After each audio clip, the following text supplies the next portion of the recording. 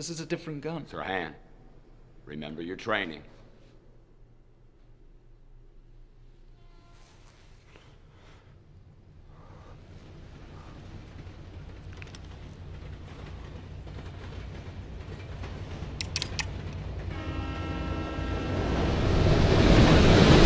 You can turn back now, or learn the stuff they don't want you to know.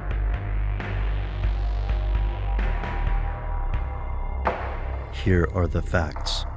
In the film The Manchurian Candidate, shadowy communist forces use brainwashing, hypnosis, and drugs to turn an ordinary US soldier into an unwitting assassin. This soldier has no knowledge of his experiences. Instead, his programming is triggered by seeing a Queen of Hearts playing card. After he carries out his specified task, he forgets the entire sequence. It's a frightening proposition, and it makes for hair-raising fiction. But could it happen in real life? Several intelligence agencies actually did try to create unwilling sleeper agents, and they weren't all communist. In fact, one of them was the CIA. Here's where it gets crazy.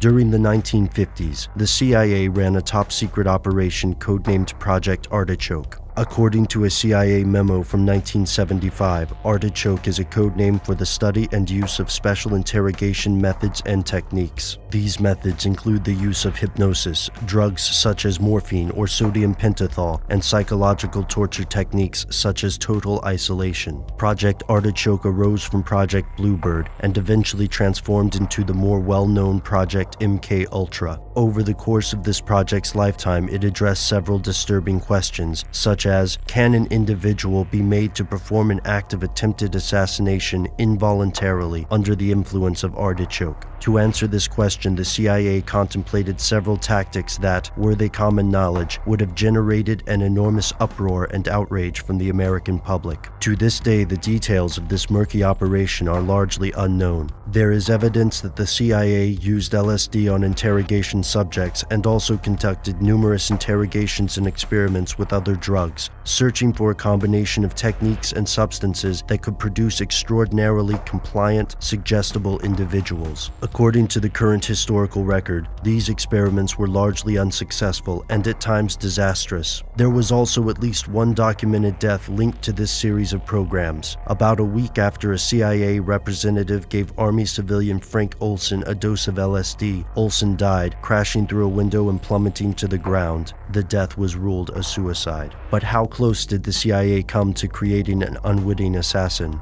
The most disturbing piece of evidence comes from a 1954 memo, wherein the Artichoke team describes and analyzes a plan to drug a well-connected foreign national, brainwash the subject, and return them to their normal surroundings with no knowledge of the event. The goal was to make this subject an involuntary assassin. Once triggered by a certain symbol, phrase, or other stimulus, the subject would attempt to kill his or her designated target. In other words, to create a real-life Manchurian candidate. The memo states that this is a hypothetical problem and also concludes that the operation would be incredibly difficult, if not impossible. There would be very little time to imprint the programming. The agency would have almost no physical control of the subject, and the access to the subject would have to take place in a social situation with non-CIA company. Additionally, the Artichoke team realized that any news of the operation could ruin further missions. This evidence only proves that the agency contemplated these types of operations, but the lack of further detail leads many investigators to suppose the field operations may have been more extensive than the CIA would have the public believe.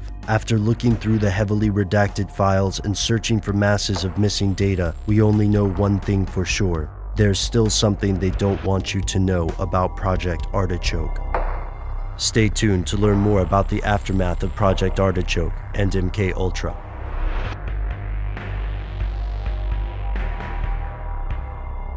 Here are the facts. In last week's episode, we investigated Projects Artichoke and MK Ultra, secret CIA programs that used drugs and psychological manipulation to conduct unsavory experiments on US citizens and possibly foreign nationals. Most conspiracy theorists have heard of MK Ultra. Today it's often cited in pop culture such as movies and video games. But what if MK Ultra isn't the worst of the bunch? Some, and not all of them conspiracy theorists, believe the American public has has been the victim of a massive bait and switch, that Project Artichoke was more than a few weird psychological studies, and that it was much, much worse than Project MKUltra. Here's where it gets crazy. Enter Operation Dormouse. In a terrible mistake, the murder of Frank Olson and the CIA's secret Cold War experiments, journalist H.P. Albarelli Jr. argues that the CIA and the Ford administration purposefully leaked information about MKUltra. Albarelli argues that beginning in 1975, the government attempted to divert attention from Artichoke. But why? Albarelli believes that Artichoke encompassed some of the CIA's most reprehensible secrets they would kill to keep. This was hardly out of the ordinary. Albarelli argues that the CIA had already murdered scientists at the dawn of the Artichoke program. For example, the reported suicide of Frank Olson, who allegedly jumped from a window after being earlier dosed with LSD, was a thinly veiled murder. If all this is true, then what exactly happened during Project Artichoke? Albarelli presents Artichoke as the operational side of the mind control experiments studied in MKUltra. MKUltra was associated with prestigious colleges, research labs, and prominent professors, providing a measure of credibility and indemnity. However, Project Artichoke may have authorized numerous clandestine, highly illegal operations on unwitting foreign nationals and U.S. citizens. These experiments allegedly included non-consensual drug dosing, brainwashing techniques, and long-term attempts to create unwilling assassins. According to Albarelli, by the mid-1970s, the CIA knew the public was out for blood.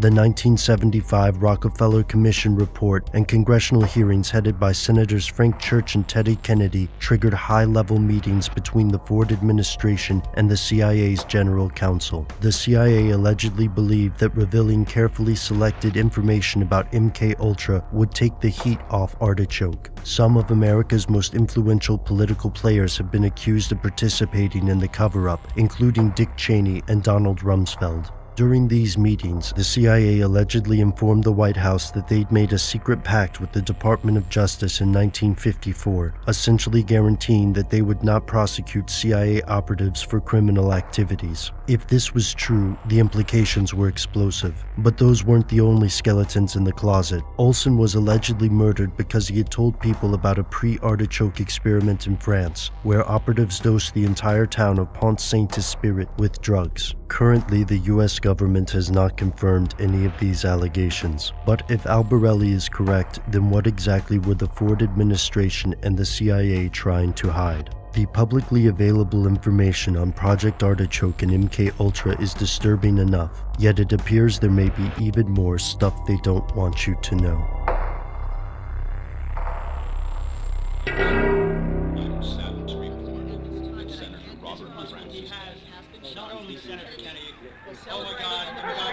Kennedy has been shot.